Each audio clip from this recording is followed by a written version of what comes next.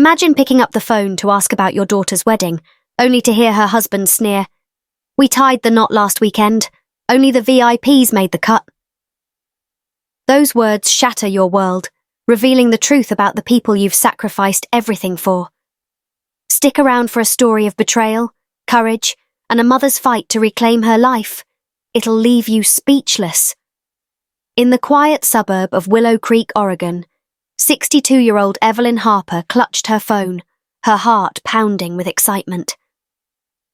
She'd spent months dreaming about her daughter Sophie's wedding, imagining herself in a lavender dress she'd saved $300 for, beaming in photos beside her only child. For 5 years, Evelyn had been the backbone of Sophie and her husband Liam's life in Portland. She'd paid their $600 monthly rent, stocked their pantry when funds ran low, and even gifted them a $2,000 couch for their new apartment. Every sacrifice was worth it, she thought, to see her daughter happy. But as she dialed Sophie's number, Liam answered, his voice dripping with smugness. "Oh, Evelyn, we got married last Saturday. Just kept it exclusive, VIPs only." The words sliced through her like a winter wind. VIPs only. Evelyn, who'd cancelled her own dental appointments to cover their car repairs, wasn't a VIP. She stood frozen in her cosy living room, the phone heavy as a brick, watching Sophie in the background, giggling without a hint of guilt. The lavender dress hung untouched in her closet, a cruel reminder of her exclusion from the day she'd poured her heart into planning. She'd set aside $1,500 for a wedding gift, called her brother Tom in Seattle to share the joy, and scrubbed her house spotless, expecting a celebratory visit. All for nothing. Liam's words echoed, VIPs only. Later that evening, Evelyn scrolled through Instagram, her chest tightening as she saw the truth. Sophie's parents-in-law, grinning beside the newlyweds, her cousins clinking wine glasses. Sophie in a $1,200 gown Evelyn had unknowingly helped fund with last month's emergency loan. The betrayal burned deeper than she'd imagined. A week later, Sophie's name flashed on Evelyn's phone. Her voice was shaky, far from the carefree laugh of before. "Mum, we're behind on rent. The landlord's threatening eviction if we don't pay $200 by Friday. Can you help?" Evelyn's mind raced back to the countless times she'd rushed to. Their rescue, $400 for utilities, $700 for Liam's business venture, $25,000 total over 5 years, pulled from her savings, her late husband George's life insurance, her dreams of a quiet retirement.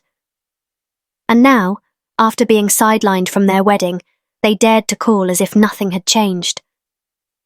"Sophie," Evelyn said, her voice steady as stone, "I only help VIPs." The silence on the other end was deafening. Sophie stammered, "Mum, what? You've always been there for us. Your family." But Evelyn saw through the rehearsed sweetness, the tone Sophie used only when she needed cash. "Family doesn't exclude family," she replied, hanging up. That night, Evelyn sat on her porch, the Oregon stars above her, and let the tears come, not of sorrow, but of rage. She'd spent years tiptoeing around their feelings, cancelling her book club to fund their whims, eating canned soup to afford their groceries. VIPs only had snapped something inside her. She wasn't just hurt, she was done. By morning, a fire burned in her chest. She looked in the mirror, seeing not just the greying hair and tired eyes of a 62-year-old widow, but a spark of defiance. She brewed her coffee, sat at her oak table, where she'd once counted out bills for Sophie, and pulled out her bank statements. The numbers told a brutal story. $600 rent times 60 months equaled $36,000. Groceries, $300 monthly, added $18,000. Gifts, emergencies, that couch, another $11,000. Nearly $65,000 drained from her nest egg, her security, her future, all to be deemed not a VIP. Her phone buzzed. Liam's name appeared. She let it ring, sipping her coffee as if it were victory. A text followed. "Mum, please, we're in trouble. Talk to us." She deleted it without a second thought. Evelyn walked to Willow Creek Park, a place she hadn't visited for herself in years. She passed the swings where Sophie once laughed as a child, her tiny hands gripping Evelyn's. When had her daughter become this stranger? When had Evelyn mistaken money for love? At the bank, she met her longtime manager, Ms. Carter, who'd processed every transfer to Sophie and Liam. "Evelyn, I need to cancel all automatic payments to my daughter," she said. Ms. Carter's eyes widened. "Are you sure? You've been so generous." Evelyn smiled wryly. "Too generous. It's time I invest in myself." Ms. Carter nodded, processing the request. As Evelyn left, her phone buzzed again. Sophie, then Liam. Sure enough, Sophie and Liam filed a lawsuit, claiming Evelyn was mentally unfit. They cited her sudden financial cut-off and paranoid cameras. Ms. Patel arranged a psychiatric evaluation with Dr. Nguyen, who confirmed Evelyn's sharp cognition. Clara and her painting classmates offered to testify to Evelyn's vitality. The trial loomed, but Evelyn felt ready. On the day, she wore a crisp navy blazer, standing tall at 62. Sophie's lawyer painted her as a confused recluse, but Ms. Patel dismantled their case. Evelyn's testimony was unflinching. "I gave them $65,000 over 5 years. They repaid me by excluding me from their wedding and calling me a nobody.